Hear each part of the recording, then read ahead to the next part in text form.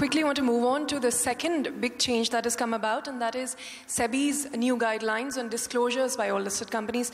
Mr. Shukla, how does life change from here on? Now we have a repository of public information on the companies that have defaulted. How does this enable lenders like you to go after them? Many times what happens is that if you have, a delayed bill payment by a supplier, right? You might think that this is just a one-off issue and it's not a stressed, cash flows being faced by that particular company. The moment, basically information comes out of a default in the public space, then it arms, many people to go out and, follow the NCLT process. Companies have become very cautious of this unintended, new threat that have, come back to them to keep, cash flows tight and keep cash flows ready. And all, people who basically, are owed money, it's a bigger teeth to them. Do you think there is also the fear that there might be somewhat of a stigma attached to, a company genuinely unable to repay, for instance, defaulting in the first instance? It could just be a special mention one account, which means a 30-day default. Could there also be that stigma now that comes in and therefore will make lending to that corporate even harder, and then the vicious circle playing out where because a person has been tagged a non-performer, lending stops and therefore he is unable to recover from that process? Yeah, definitely. When the company defaults, as per this act, even for a single day, he has to report, and if that comes into the public domain. So that immediately affects the company, no doubt. Because the first thing I think what would take a hit could be his rating. Yeah. When the rating agencies would come to know he has made a default, they could downgrade his rating.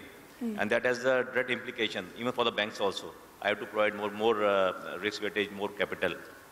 And even for the other stakeholders, they would definitely think twice for giving any further finance or any further lending, or even their suppliers. So I think the company would have a big now responsibility, not only I think a very good financial discipline will have to be maintained. His cash flows have to be managed very effectively. Now the industry is in the midst of a massive cleanup. We're talking about a 12 lakh crore problem. 8 lakh crores of that is stressed. Is mergers and consolidation among public sector banks the answer to this problem, Mr. Kumar? And you've recently gone through a massive consolidation exercise. How has the experience been? Basically, I think this question should be put to Mr. Mahapatra. We have already done our bit. It's a difficult exercise. For State Bank of India, merging its associate bank was not an easy exercise. But for other banks, it is going to be a much tougher exercise. But is now the right time, Mr. Mahapatra, is now the right time when you're in the midst of a massive cleanup to also add the pressure of a large merger? For anything good, any time is the right time. As you are suggesting, in 93, it was discussed and rather it was desired to go for consolidation and merger because we had that stress situation in those times. But because of lack of political will, we deferred. And to my mind, this sort of situation was never in our banking industry. And if you miss this opportunity, again we will wait for another stress situations, and again we will miss the bus. As in the earlier discussion, we are discussing about China. They have surpassed India 5 times, 3 times, because they started that process 20 years before. So we should not miss this opportunity. Of course, there should be balanced approach and all those synergies to be taken into account, that everybody will be doing that, but this is the right time. And most important, what I observe, in most of the banks, they are also interested now. Because what happens today, some of the banks, because of situation, they don't have capital. They cannot open the branches. Even the deposit is not coming to them. Depositors have doubt that whether this bank will exist or not. And the employees, most of the banks, they have 40 to 50% young employees. 10% going to retire, 10-12%, 10-12% maybe 10 years, 5 years, 40% young employees. They are apprehensive of their future. They see what will happen to us.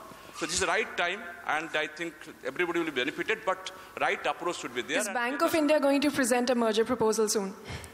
No, we are definitely, we are strengthening. As I have already told you that we are taking care of nuances, and we should be in position to attract partners. So we are, strengthening our. Okay, what would you think is the ideal way to go about these mergers? If you give a bank with low NPLs a weaker bank, it would again reduce their capacity to go to the market, have a better rating, raise capital. And on the other hand, if you have two small, weak banks merging, again, that would not improve their situation much further. So what is the right way of going about these mergers?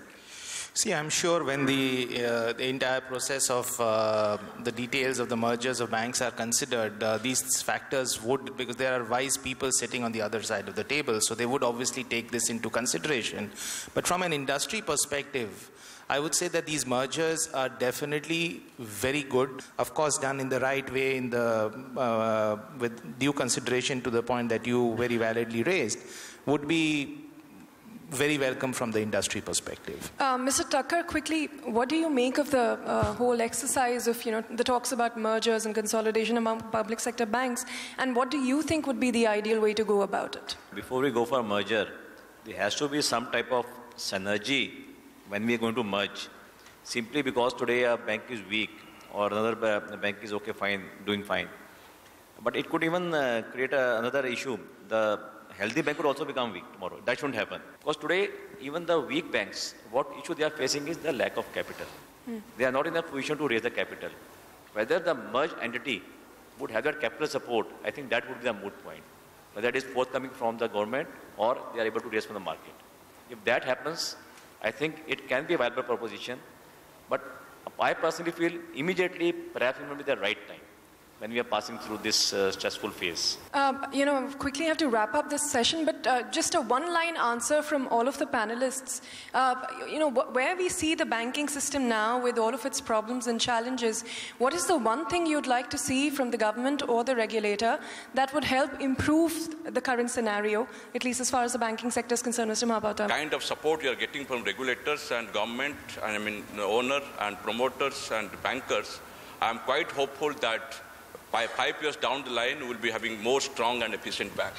Private sector investments, which are virtually, I would say, close to zero. And this is something which needs to be kept into mind. And I would say at the top of the mind, while resolving the past problems, the future growth should not be stumped. Okay, any suggestion or comment? And as far as regulators are concerned, with due apologies to Mr. Chaudhary, one is lesser micromanagement and some patience on the asset quality front. We are committed to resolve it, but needs some breathing time and space. Okay. Mr. Shukla?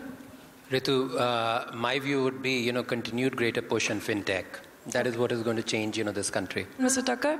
Yeah, I think I agree with Mr. Rajneesh Kumar. I think the government spending can only... and have some patience. Yeah. Fine. All right, we'll quickly have to wrap up this discussion. Thank you all the panelists on the stage and the audience for being so patient with us. Thank you very much.